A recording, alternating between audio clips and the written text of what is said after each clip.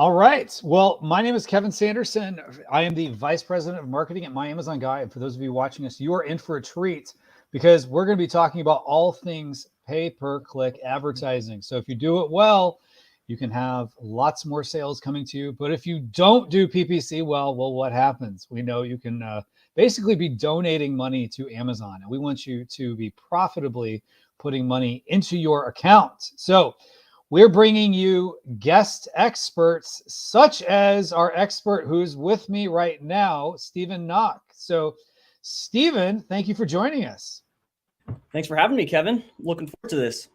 Yeah, me too. Excited that you're here. So, you're an Amazon advertising consultant from Ocean PPC. Did I get that correct?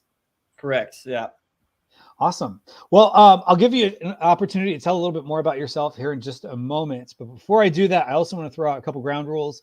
This is going to be ask any PPC related questions. Feel free to ask other questions as well, although we will give priority to those folks who are asking a PPC related question. And also, I reserve the right to give away whatever I want, whenever I want, my full discretion. So with that, I just want to make sure people can hear me because sometimes technology is great until it doesn't work. Because Stephen, have you ever had technology not work the way you wanted it to? All the time. It's all the time. In the past couple of years. Yes, exactly. In the last couple of years, definitely, we've been trying on some of our most trusted technology resources have failed us at times. So I just want to make sure this technology is not failing us. So if you can hear me, do me a favor. In the chat, just tell us where you're from. Just in the chat, tell us where you're from. That's my little way of knowing that you can hear us. And I also, like I said, I reserve the right to reward participation in any way, shape, or form that I feel like. So just keep in mind, I might be rewarding participation. So I would highly recommend in here, tell us where you are from. So with that, Saint White said, I can hear you. Rand said, sounds great, no problems. Sand is joining us, or Saint, excuse me. I was mixing Rand and Saint. Saint says, joining us from Boise, Idaho. We also have La Paz, Baja Sur, Mexico. Hopefully I pronounced that correctly. We have Atlanta in the house. Harry, you must be neighbors of our founder, Stephen Pope. We have Orange County, California, joining us. We got Andrew from the Philippines. Harry says, sounds good. Where are you guys from? We'll get to that in a minute. We've got, I believe that's Mohammed joining us from India. I believe that's what MHD is short for. Andrew is joining us from Nashville with 3 exclamation points. So it must be a proud volunteer from the volunteer state of Tennessee. We've got Pakistan represented. And we got some questions coming in, which we'll get to here in just a minute. So on that note, I am joining us from Palm City, Florida. Looking out my window, I see a palm tree right in front of me. We got former Floridian, and now I believe he's in Colorado, Nathan Hirsch, giving us all fire. So Nathan, good to see you. Where are you joining us from, Stephen? I'm from Orange County, Costa Mesa, California. Oh, gotcha. So maybe your neighbors with Jaleel. Yeah. So you never know. I'm sure it's a small Hit me up county. later, Jaleel. Small county, hardly anyone there. Yeah. No, even I'm sure it's a very big place. But yes, so all of you who just responded, do me a favor, send an email to kevin@myamazonguy.com, and I'll send you a coupon code for our PPC course on Mag School, absolutely free, just for responding when I asked for responses. So thank you for all of you who responded. Also, just wanted to say thank you to Saint for becoming a member, as well as we already started getting some super chats and custom stickers. I'm not even 100% sure how all that works, but that's super nice of folks. So let's say Jeffrey, Time Warp Custom Paint, and Saint, if you guys are in the US, only if you're in the US, send me your address, kevin@myamazonguy.com, and I'll send you a free shirt. If you're outside of the US, I'll give you our 5-course bundle. Actually, if you're in the US, I'll give you the choice of 5-course bundle, which is PPC, SEO, and some other stuff, catalog. I don't remember off the top of my head, but it's got lots of goodies. So lots of good stuff there. So on that note, before we get into it, Stephen, tell us a little bit more about your background. Who are you, and how'd you get into this whole PPC game? Yeah, my background was I was in corporate education as a corporate trainer, doing HR. Oh, okay. Yeah, and I discovered I had a friend who was working at Client Boost, which is a digital media agency, and I was kind of seeing what his work was like. He was a PPC manager for them, and I got to see what all the spreadsheets he was working on, and he was explaining to me the strategy behind keyword bidding and the auction process, and I was just completely fascinated by it. So I just took it upon myself to try to make a career change and get involved with PPC. And so this was, I think, 2018 or so, and I just spent my my mornings before work and my evenings after work just taking all the Google Ads certifications I could, watching as many YouTube videos as I could, and just training myself up. And then eventually applied for a bunch of jobs and tried to make pretend like I knew what I was talking about without any real world experience. And I was very grateful and blessed to get a job with Ad Badger. And Yeah, Michael. Yeah.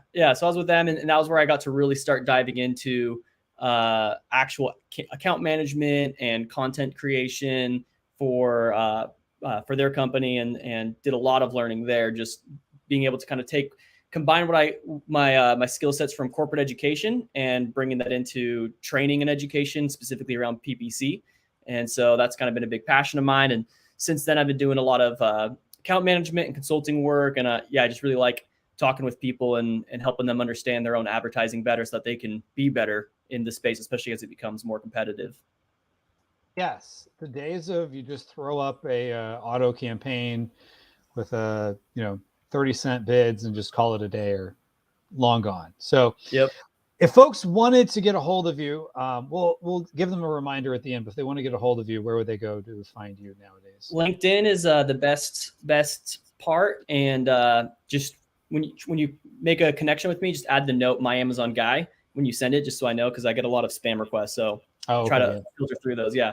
So just send me a note saying "My Amazon Guy," and we'll connect.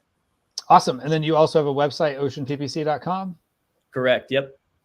Awesome. So visit them over at oceanppc.com. So, all right. So you ready to get into some questions?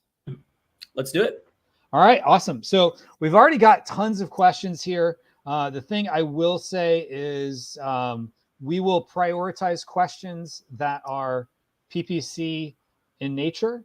And last time we did this, we ran out of time. So the sooner you get your question in, the sooner it's going to be answered. So We'll do our best to get to all of them, but if we run out of time, we will run out of time because I do have a hard stop at 1 at the top of the hour. But in the meantime, let's get into lots of good questions. People are already asking some really good questions I saw. So Jeffrey asked, I've heard you can't negative an ASIN at an ad group level in an auto campaign, but within the ad group, there's a negative targeting tab for adding negative products by ASIN. Please clarify.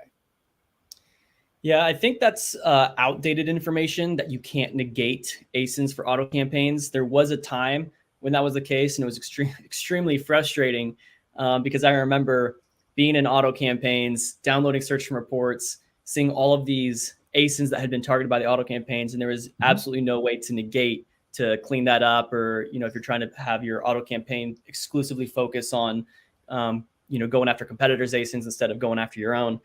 But Amazon has since fixed that, so you can negate ASINs at either the campaign level or the ad group level in your, gotcha. Your auto campaigns. Both, yeah. Got it. So if you, for whatever reason, have multiple ad groups, you could say I only want to do this ASIN for this ad group, but I don't want to negate it in the others. Okay. Exactly, yeah. That's or at good. The campaign level, if you're something that I like to do is with my auto campaigns, since they're primarily focused on either research or conquesting or going after non-brand keywords, I always negate all my brand ASINs and all my brand keywords from the auto campaigns, just to create some good isolation there. Okay, good tip there. Awesome. Also from Jeffrey, can you upload a campaign bulk file with only one line where you made your change, or do you need to upload the entire file? I don't want to delete all my campaigns. You can, and I'm glad that you can, because it's actually, I would recommend it.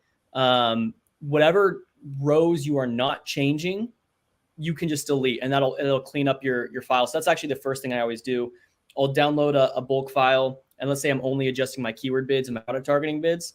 I'll download it, and then on the entity column, I'll filter out. So I'm only selecting all my campaigns, my ad groups, product ads, all those rows, and then I just delete those from the file, clear the filter, and now I just have all of my targeting, and then I can adjust my bids and upload that. And it will make no changes. If there's no row that's not uploaded, it's not going to delete it. It's just going to ignore it. It's not in the upload file. So yeah, good question. Yeah, and because you can still access the legacy version where you don't have to say if it's updated, right? I know they were deprecating it. I made the move over fully, so I'm fully integrated to the new bulk files, and they're much better than the old version. Yes. I'm not sure. It took a little time to get used to it, but it did. Yeah, but it's significantly better. They put in a lot of, Kevin, there was a time when it was so broken in like 2018, 2019, when you uploaded, if you're trying to adjust your like top of search increase, and you said increase it by 100%, Amazon would register 100% as 1. And then it would go in the UI, it would actually be 1%. Oh gosh. And so you'd have to do like 1,000%, and then it would say, yes. and then it would say, oh, that you can't, that's beyond the limits. It was terrible, but yeah, it's much better now. Yeah. Yeah. It was just their own communication error, but yeah, it's definitely takes improvement. But yeah, to that point, if somebody only wants to do what they're just, even if it's just the one line, just make sure it does say update, because if you don't put the update, if it's the newer version, it won't know. But yeah, and sometimes it's also nice too, I like to keep in my own account, keep a file of the ones I update over time. So if I ever do want to look back, I can see what changes I made. And sometimes it is easier if you've deleted the ones that you're not making changes to. So yeah. Cool. Also, Jeffrey asked, what are the main Amazon reports you run for PPC data collection, and what third-party software do you use for data collection? That could be a controversial topic. The main, let me actually open up the reports again, so I can remind myself everything that's available. The ones, search term reports are obviously the absolute essential. I really wish Amazon would give us search term reports for sponsored brands and sponsored products combined. It's really annoying having to do one for sponsored products, one for sponsored brands, and then combine them. I've found myself using search term impression share a lot. That's more for, I think that's more if you're in a client facing role and you kind of want to communicate the benefits of your strategy and everything, and show yourself growing in market share. I find that report very helpful. Targeting, so advertised product reports I used to use all the time. You download an advertised product report, shows you at an ASIN level all of your spend and sales. Mm-hmm. Then you'd have to pivot table that out to kind of aggregate it. But now that Amazon's putting in that targeting tab, that actually makes life a lot easier. And also, since Amazon has, Amazon with their, I used to do the targeting report, but now they have the targeting tab, so I don't use that report as much anymore. And they have the advertised products tab. So the only reports I'm really still downloading pretty consistently are search terms and search term impression share. With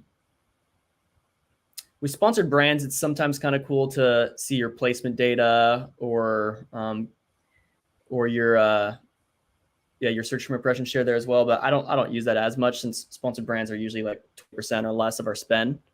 But for third-party software, I don't use a lot of it for data collection. Helium 10, I think, is an essential tool for identifying kind of traffic trends and keyword volumes.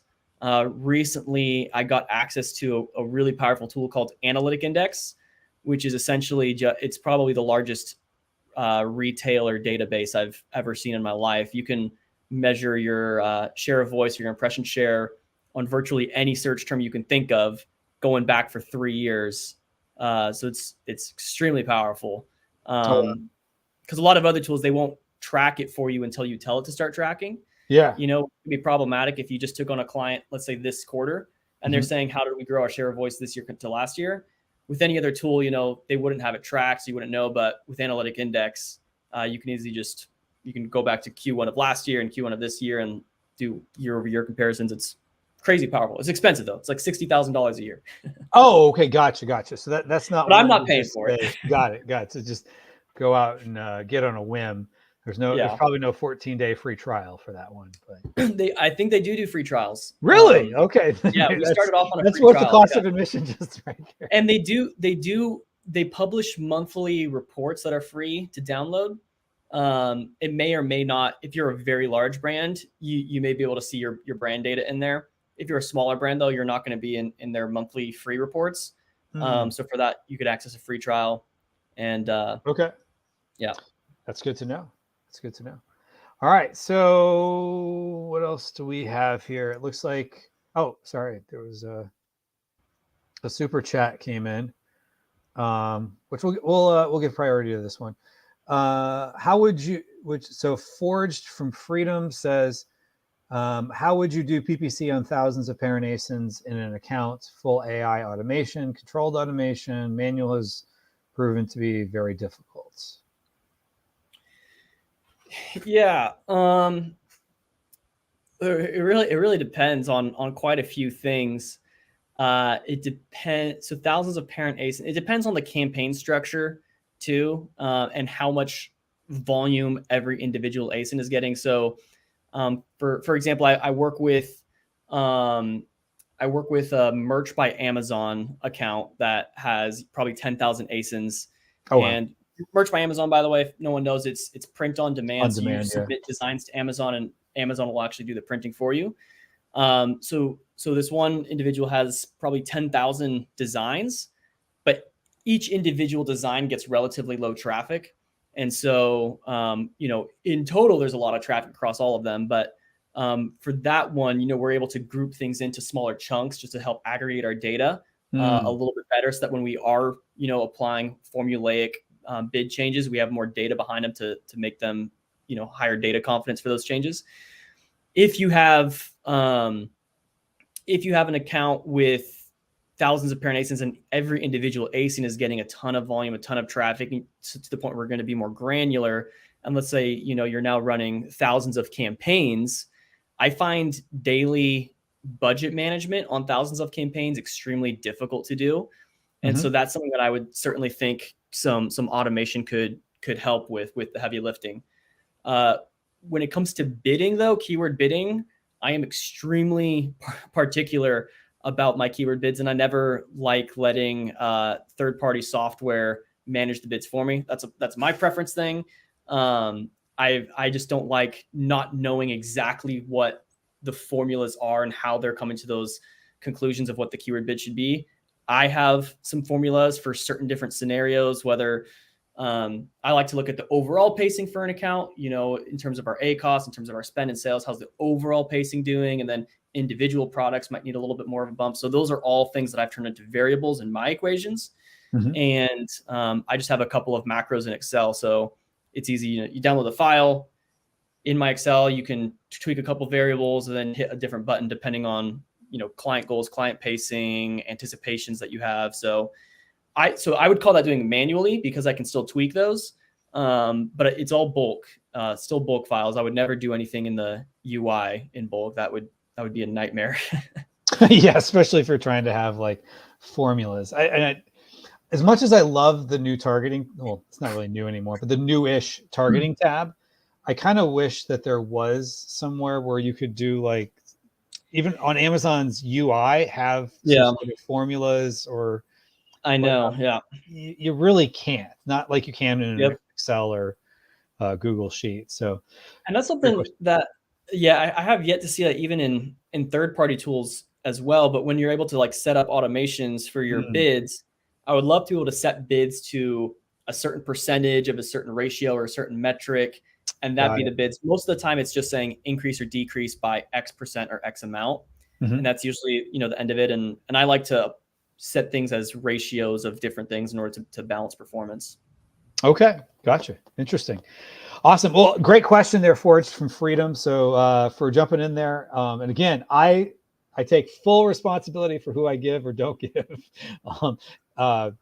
additional prizes to. So email me, Kevin@myamazonguy.com, and let me know that you are Forged from Freedom, and I'll give you either, if you're in the US, a My Amazon Guy t-shirt, or be anywhere in the world, but I'll give you access to our 5-course bundle on Mag School. So Anil says, hi, can you give us some PPC tricks by using brand analytics? So any thoughts, strategies, opinions on how you're using brand analytics in optimizing campaigns, Stephen? Yeah, first, it kind of depends on if you're a seller or a vendor, because brand analytics looks very different. And unfortunately for vendors, Kevin, I don't know if you've seen this, but Amazon has been completely destroying the vendor's dashboard and data, just taking away, they've taken away the ability just to track sales for vendors, which is, they've made it very difficult. They haven't completely taken it away, but so it looks very different. But if I'm speaking to the seller side of things, we'll focus mostly on sellers here. Yeah, for brand analytics, the keyword, the search term queries, let me see what it's called again. Search query performance is incredibly powerful. That's something I use on the regular for all of my clients. I was amazed that Amazon actually revealed search query volumes. That was something that I know they kept very close to chest for the longest time. And so being able to see that is phenomenal, because now you no longer have to rely on third-party data, which is doing its best to estimate, but you're actually getting first-party data.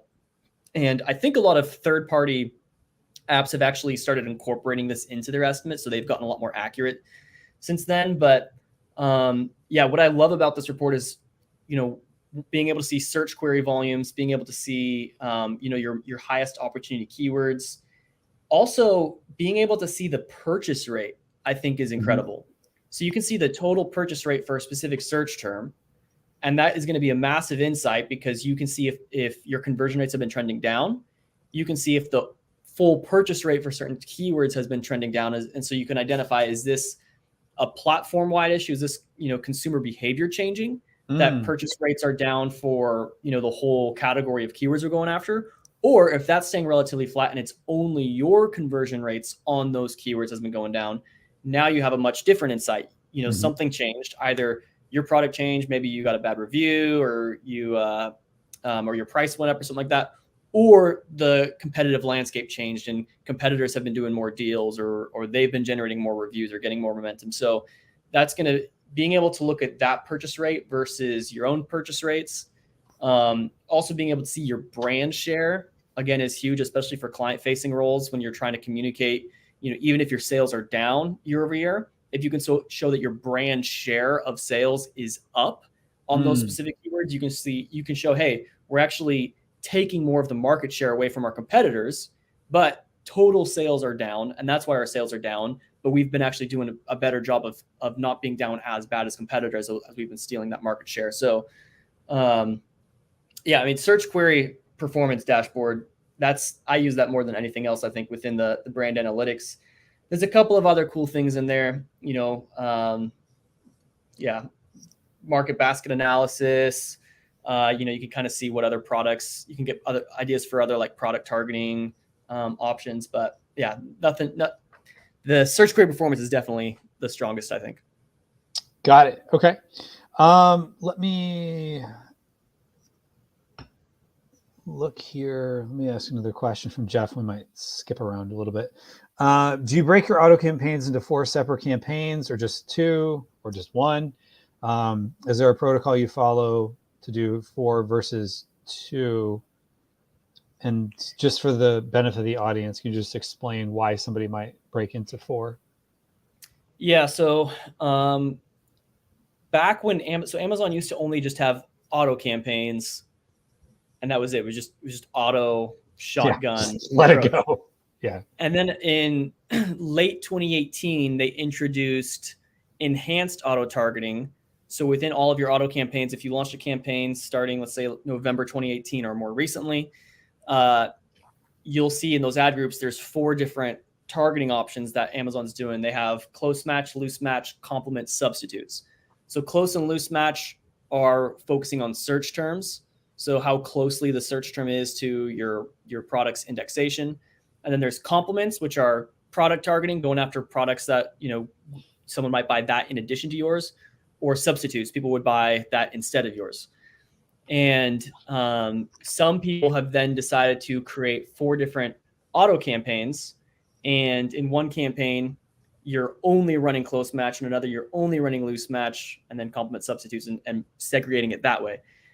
I don't see a huge value add to doing it that way. I think it's important to note the only reason you'd ever really want to segment out campaigns is if you think the campaign settings should be different for different things. So and with campaign settings, what it primarily is, at least for me, this is just my perspective on things. Mm-hmm. I'm sure a lot of people disagree here, but for me, there's no controversy in Amazon ads. None. Yeah. For me, the primary benefit of campaign settings that I can manipulate is being able to adjust the top of search placements. And so if you think that those 2 or 4 different targeting settings are going to have significantly different levels of performance by placement. So usually I see that top of search it converts 30 to 50% higher than, say, rest of search or product pages. And that's typically the case no matter if it's a branded keyword, a non-branded keyword, a competitor keyword. The relative performance for each keyword does about 30 to 50% better at top of search. And so if you were seeing that, like, your complements performs 100% better at top of search, but your substitutes only performs 25% better at top of search relative to themselves, then you could segment it out that way. But to me, it gets really messy. And you also, when you over segment things, all of your placement data is now also like over isolated. So you have thinner data. I like thick data. I like things being aggregated, or at least finding the balancing sweet spot between over segmentation, which can give you really low data at every individual level, and then over aggregation. So I don't split it out. I just keep it all together because you still can control your bids separately for those 4 different settings. And to me, that's been enough. Where close match is usually going to have the highest bids, and then kind of scales down as it works its way from loose match to substitutes and complements. Awesome. With accounts, hundreds of products, which you kind of touched on in a previous question, what's the best way to build an organized PPC strategy? Create a campaign for every individual SKU, 1 campaign for all of them. And this gets into kind of piggybacks on the last question about, should you create 4 campaigns for each auto campaign so that you have, organized by the type of placement? Because this can get real scary real fast, depending Yeah. on how you decide to do this. It's a bit of a hill that I'll die on, but Okay. single product ad groups or SPAGs is the way to go for probably 90% of accounts. There are definitely exceptions. There's always exceptions. But I think 90% of accounts, single product ad groups is the best format.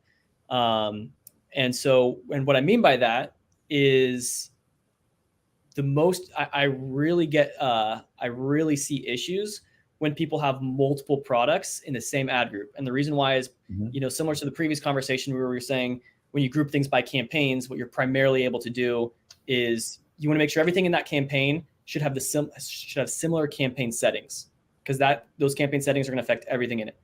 And so with ad groups, you want to make sure whatever's in that ad group, they all have to be aligned on the exact same keywords and the same bids per keyword, which that's the thing I rarely see, that any two products should have the same exact bid for the same exact keyword. I rarely see that, because each product's going to convert slightly differently for each one, or even if they have the same conversion rate, they might have different price points, which mean they have different margins, and so I definitely want to keep those in two separate ad groups, so that they can bid on their own individual keywords that are relevant to them at a cost per click that is appropriate for each individual product. I do group them in campaigns because, again, I don't really see a need to be over segmented unless if you have different products that are performing wildly differently at a placement setting level, which is where I would then start to split things out to take advantage of those placement settings within campaigns.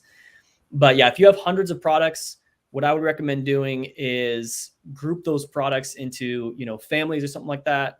Like if you're selling, I don't know, boxing gloves or something, maybe each campaign is a certain design, so you have your American flag boxing gloves, your, I don't know, Muhammad Ali boxing gloves, and those would be two different designs in two different campaigns.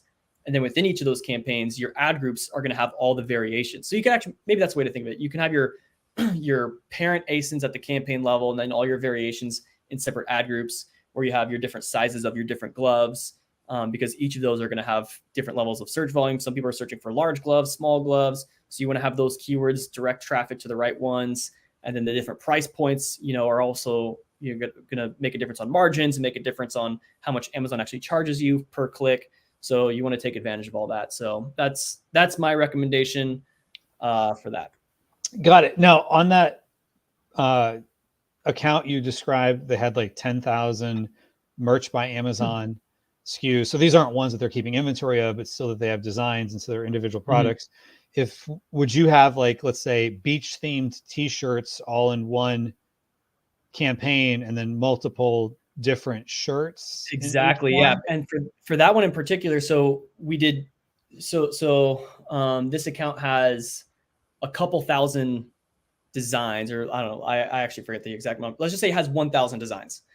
So we have 1,000 campaigns for the 1,000 designs. And then within each campaign, there's about 10 different products. So you got a red shirt, a blue shirt, a hoodie, a long sleeve, a crew neck. Okay. And those all have different price points between a hoodie versus a t-shirt. And so all of those are separate ad groups, so that if someone's typing in, funny t-shirt design, they're going to go to the t-shirt. If they type in funny hoodie design, they're going to go to the hoodie. And all those bids are appropriately adjusted based off the price point, based off the conversion rate. So that's how that one's designed or structured. Got it. That one probably takes a while to go through. Just out of curiosity, if you're using merch by Amazon, because it's a different platform, it's not Seller Central, does it link to the same ads platform that we would use in Seller Central? Yeah, exact same ad console. Okay, cool. Yeah. That's interesting. I just learned something new today. All right. Then from your neighbor, Jaleel, who's I believe the one who's also in the same county as you, are there any stats on whether the featured product positions, like highly rated carousel you see on the search page, converts better or worse than the traditional sponsored ads? What is the criteria to be shown in those positions? That's a great question. This is a good question. As far as I know, there's no data or reports available on that. I would assume that they perform slightly better. That highly rated thing is pretty eye-catching for me just as a consumer. Yeah, and it's not as obvious that it's sponsored. Like, I want to say Right. it's just like in They one hide little it. part. Yeah. Yeah, kind of hidden, but like the whole, Yeah. like basically this whole carousel is sponsored. But then here's Yep. all these ones where it just looks like all the other organic ones, and it's mixed in with organic, so it feels Yeah. more organic than the ones that are like sponsored. And also on product pages, and you'll see 2 rows of carousels. One Mhm. says sponsored products, one says highly rated sponsored products. Right, exactly, which also looks like sponsored products. Yeah. Yeah, I'm Yeah. sure the highly rated ones perform better than the regular search page sponsored products. But I have not seen any data about that. I don't think Amazon gives that. And the criteria to the second part of that question, I'm guessing anything over 4 stars, 4.5 stars. It's kind of black boxy. I think it's probably a lot of the similar stuff that goes into their organic ranking algorithms. But now just factor in keyword bids plus highest rating. Yeah, I mean, I can say anecdotally when I've noticed, like, I have a product that every time I look up like a keyword, it's really important to me. If I find that product in like one of those, I tend to do better than when I don't see it right away. So, but what stats can we give? I don't know. Amazon's done a great job giving us a lot of numbers lately, over the last few years, but that one, I don't know of a report where you could. Although somebody may have figured out a backdoor of like this API, and you take this number and you multiply it times pi and then use the SIN. All right. So then Blaine asks, how can I track Amazon attribution for Bing conversions? I want to send traffic to Amazon from these search engines and monitor cost per click, keywords, and conversions to optimize my campaigns Bing AdWords level. I've never actually set up Amazon attribution, but from my understanding, it's pretty easy. I think you just go to just Google Amazon attribution and go to their main site and just like go through the setup process. And I believe what's going to happen is Amazon is going to give you a modified URL, so it can send traffic to your product page, but it's just going to include a tag in that URL so that Amazon can see how many clicks came through as well as those conversions. They're not going to be able to tell you the CPC or anything. So you're going to have to kind of combine the data from basically everything up until the click. All that data you're gonna get from Bing or wherever you're driving the traffic from, so you can see your impressions, click-through rates, CPCs there. And then once they click through it, then Amazon will take care of all of their on-site data, how many total clicks it got, conversions, sales, all that. Yeah, and it's not perfect, but at least it kind of gives you some end. And so you're going to have to look at it as like, and I forget with like Bing and AdWords, maybe if the link you're sending things to is it at the campaign level or the ad group level in their structure? I believe it's at the ad group level. Okay, so then you would have to have, theoretically, if you really wanted to get granular to the keyword, you'd have to create one keyword ad groups and have a separate attribution link for each, because the data is not going back and forth. So you kind of have to have some way to mark which, like, this link is tracking from this ad group in Bing, right, or Google Ads. But yeah, good point. Also, I would say too, sometimes you got to ask yourself how beneficial is that to know? As Steven, our founder, would say, is it you just got to get on base. And so if this is preventing you from running the ads, I would just run the ads and say, okay, now I can start optimizing things and adding to and making it more complex later. But I wouldn't try to structure all that before you get started. I would just get started and know it's all just going to add like a little bit of extra to your bottom line. It's not going to be the main driver of sales. But that is a good point, though. I didn't think about that before. You'd actually have to have, a separate URL for all of your. I mean, depending on how granular you want to get it. If you want to see the individual like keyword conversion rates on Amazon from your Bing or Google ads, then you would need a separate attribution link for every individual keyword. But if you're just trying to see the total performance, then you could just repurpose one link across the board. Yeah, if you're not running it, I would say just do one link. Maybe do $5-10 a day and just see what happens. And then you could always make it more complex as your needs dictate. But I would say some of that data is more of a nice to have than necessary to have, because I don't know how accurate some of that data is on either side, and trying to meld the two and hoping that it gives you as accurate data as like sponsored ads would, it's just not going to happen.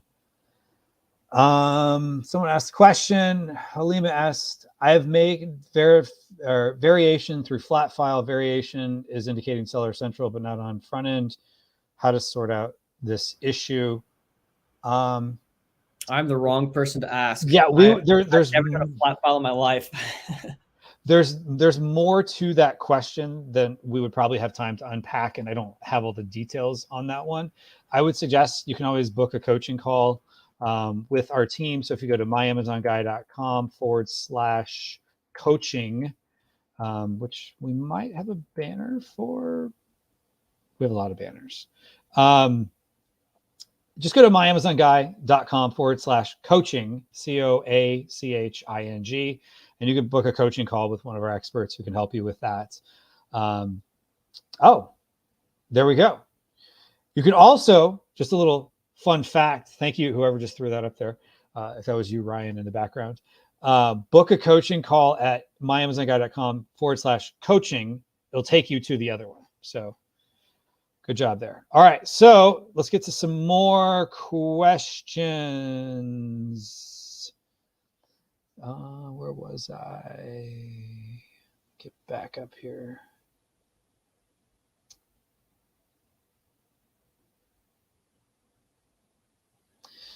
I'm a previous Amazon call center employee, God bless you, and I'm attending now an advanced course about Amazon PPC, and we're also having hands-on experience to creating and optimizing campaigns. I'll just say this, that is the number one way you learn anything, is by doing.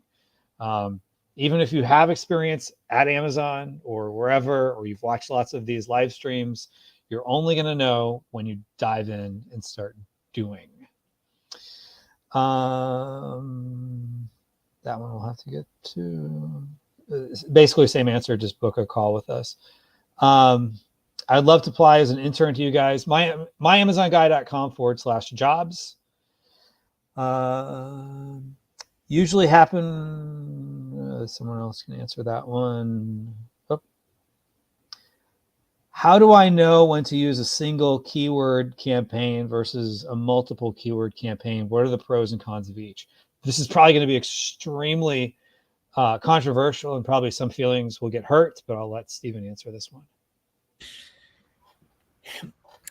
Yeah, I've heard some folks say, to basically do single keyword campaigns for every single keyword in your account, which again, I think that's going to be overly granular, and you're going to lose kind of the ability to optimize those placement settings that happen at campaigns. I really lean heavily on those, being able to optimize those placement settings for my campaigns, which is why I feel so strongly about the structure that I advocate for. I really like single keyword campaigns for your VIP keywords, your highest volume keywords, the most competitive keywords, because those allow you to really dial in specifically those campaign placement settings for those. Because for example, if maybe you want to fully dominate the top of search, you want to have your sponsored brand up there, you want to have 3 sponsored products up there, and you want to completely dominate that with your brand. But those top of search clicks can be really expensive, right? We've seen those run up to like $3, $4, $5 CPCs. I've seen them go as high as $20 CPCs for a particular niche. It's crazy. Yeah. If you were to get those types of CPCs on every single keyword in your account, you're going to be broke and out of business, but like by the end of the month, But perhaps that is affordable for only like 5% of your account, so you can fully dominate that for just a few select keywords that have been set up. So I've done this before where, we set apart some campaigns. Sometimes we'll call them like top of search only campaigns or something, where we give these particular keywords really low bids. So we're not spending money everywhere else on Amazon, but only that top of search, where we increase it by like 900% or something like that. This is a bit of a crazy method, by the way. So this is not for everybody, but it's something fun that we've done. And so what we've essentially done is we've isolated spend in that particular campaign to only spend at top of search, because the keyword has like, a 30-cent bid. but a 900% increase for top of search, which means we're paying $3, up to $3 for those top of search clicks. And because of that, we're able to, rather than just putting a $3 bid on those keywords and spending $3 everywhere, we're only spending $3 just at the top of search and just for that one keyword in that one campaign. And then maybe you have like 4 or 5 of campaigns in that structure. And so now you're fully dominating the top of search for these particular keywords, but you've done a really good job of isolating that spend. So even though those things are going to have a cost of like in the triple digits, your overall account health is still pretty good because the rest of your stuff that's focusing on more longer tail and a little more optimized for margins is going to perform better. So that's one way to do single keywords. Or in general, if you just really want to make sure that you are spending on these keywords all over Amazon, still a good benefit of having those single keyword campaigns to just maximize spend everywhere, especially for ranking campaigns on those. But in general, like 98% of my campaigns are all multiple keyword campaigns. Gotcha. All right. So the next one up in brand analytics section, recently Amazon top search terms tab, which looks really helpful for PPC. What's the best way to utilize that data, which you kind of touched on in a previous question? Yeah, it is helpful. What I really like is being able to see top click brands to see if you're making any movement there. If your brand, so you can kind of combine that top search terms report with the search query performance report, find out which search terms have the highest volume. And then you can look them up in the top search terms and see, are you one of the top 3 clicked brands? And because they have the historical data, you can see if you've made any movement or progress there, maybe before you weren't on the list. And then you started, advertising heavily on that specific keyword because you were doing a top of search only campaign. And now you're the number 1 most clicked brand or something like that. Mm-hmm. So it's really helpful for those purposes. Awesome. Then we have the question, does moving campaigns from one portfolio to another affect their performance? Nope, unless if you have budgets assigned to those portfolios and that's doing something to turn on or turn off campaigns. How do you categorize keyword campaigns? I heard conquesting, non-branded, etc. Could you tell me more? Yeah, there's a bunch of different ways. So I guess it really just depends on preference. My preference is, as you described, conquesting, non-brand, and then brand defense. And part of that is because whatever I'm putting all in one campaign, I like them to be on the same goal for ACoS, whatever the ACoS goal is. And for brand defense, you're usually going to have a super low ACoS because obviously it's your own brand. And for non-brand, that's where you're kind of maybe pushing the limit, trying to get to break even. And then for conquesting, a lot of times it's going to be really difficult, I think, to be profitable on if you're going after competitor keywords. And so for those ones, I do like to keep those into separate campaigns that I can either ascribe a lower budget to them or perhaps target a higher ACoS if that's what I'm focusing on, especially if I have a product that is like a consumable and has repeat purchases as an opportunity, then I might be able to, push the limits to steal a competitor's customer. So you can do it that way. I've heard people segment by match type and these types of things, but I don't see a ton of value in that. For me, I just want the different keyword campaigns to be all on the same page in terms of their overall tactic, whether it's going after brand defense or going after non-brand and conquesting, and similar ACoS targets as well. Awesome. All right. This is another controversial question, which please nobody cry if you don't agree with the answer. Let's all be respectful here. What is the optimum number of targets, keywords, or ASINs to add per campaign? Yeah, I don't think it matters that much. It might have in the early days. I heard a lot of people saying that if they had over like 50 keywords or ASINs targets in an ad group that, Amazon would like stop delivering to the majority of them or something. But I mean, that might have just been because the other ones just weren't getting as much volume, or they were getting cannibalized by some phrase match in another ad group or in the same ad group. I don't really care. I have ad groups with, 200, 300 targets in it. And I haven't seen any performance issues. So other people might have different experiences, but for me, I I don't put a ceiling for how many targets I'll have in an ad group. I don't think there is an optimum number. Just as long as you're getting all the relevant, just have all the relevant stuff in there and optimize your bids accordingly. And I think some of it too has a lot to do with like budget too, and how much budget control you want to have. I know that's a big concern some people have. Is a good point. Yeah.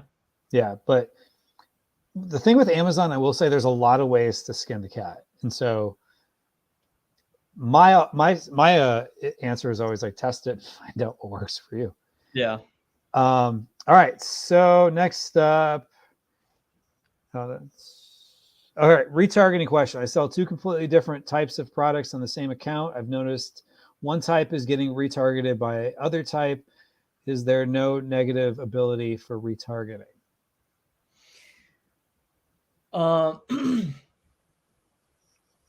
Two different types of products. I've noticed one type is getting retargeted. Yeah, I'm not sure I understand the question 100% either. But is there a negative way to retarget?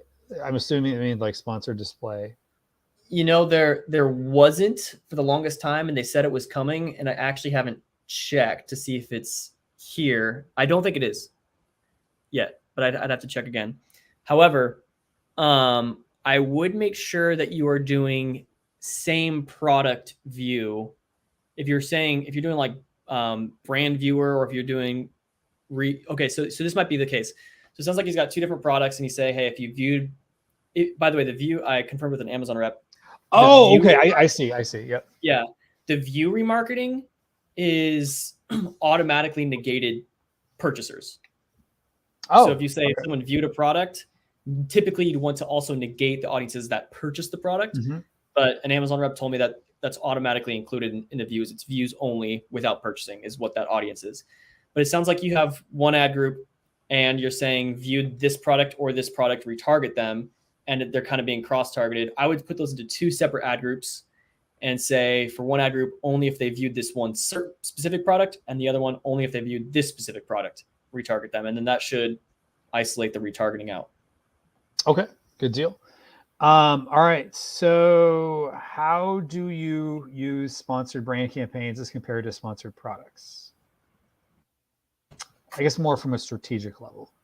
Yeah. And feel free to get a drink of water if you need. You've been doing a lot of talking. Oh, it's fine. I drink water all day. Yeah, sponsored brands, lots of strategies I've done with that. I typically just treat them pretty much just like really pretty sponsored product ads. It's kind of mostly how I treat them. I give them the same bidding strategies. I give them the same keyword strategies as my sponsored product campaigns. They're just brighter and flashier. And one thing I would note that I've seen perform particularly well is if you have those really those VIP keywords, those high volume top keywords, make sure those keywords are in the headline of your sponsored brand ad. We've seen significantly stronger click-through rates and conversion rates. I think there's just like a psychology there when someone types in, you know, I'm looking for American flag boxing gloves, and then the ad pops up and it says shop American flag boxing gloves, whatever. People are like, oh, this is exactly what I'm looking for, versus saying fight the good fight with our brand. People are just like add and scroll down, you know? Right. So when you include that keyword with in your headline, that's going to do significantly better, and perhaps make it so your sponsored brand campaigns are actually affordable, because you're getting the conversion rate to make those CPCs affordable. Without that, you know, you might not have a strong enough conversion rate on those ads that makes those CPCs really expensive because they're really competitive, and you just might not be able to do it. Now, if you're a very, very large brand with a large catalog, I think the one additional way you can view sponsored brand campaigns is not just look at it simply at an ACoS level, but also look at it at a CPM level. So cost per 1,000 impressions.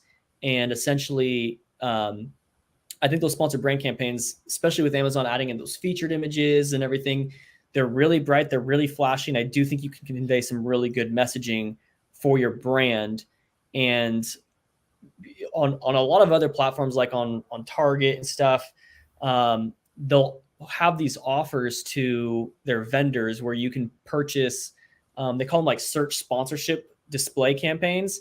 And it's basically just a banner that you can place at the top of a search bar with your brand and everything. And those are like crazy expensive. I mean, just to run that for a week, you know, they'll charge you like $120,000 or something like that. Jeez. So those are, yeah, it's crazy expensive to run those search sponsorship campaigns. But sponsored brands are essentially that, you know, it's so you can look at it as a display tactic and focus on growing awareness. And so you can see how many impressions did I make, because it's right there at the top of search. Everybody's going to see it. And in that case, you'd actually hope people scroll past it, you know, because then it's a free impression essentially. Right.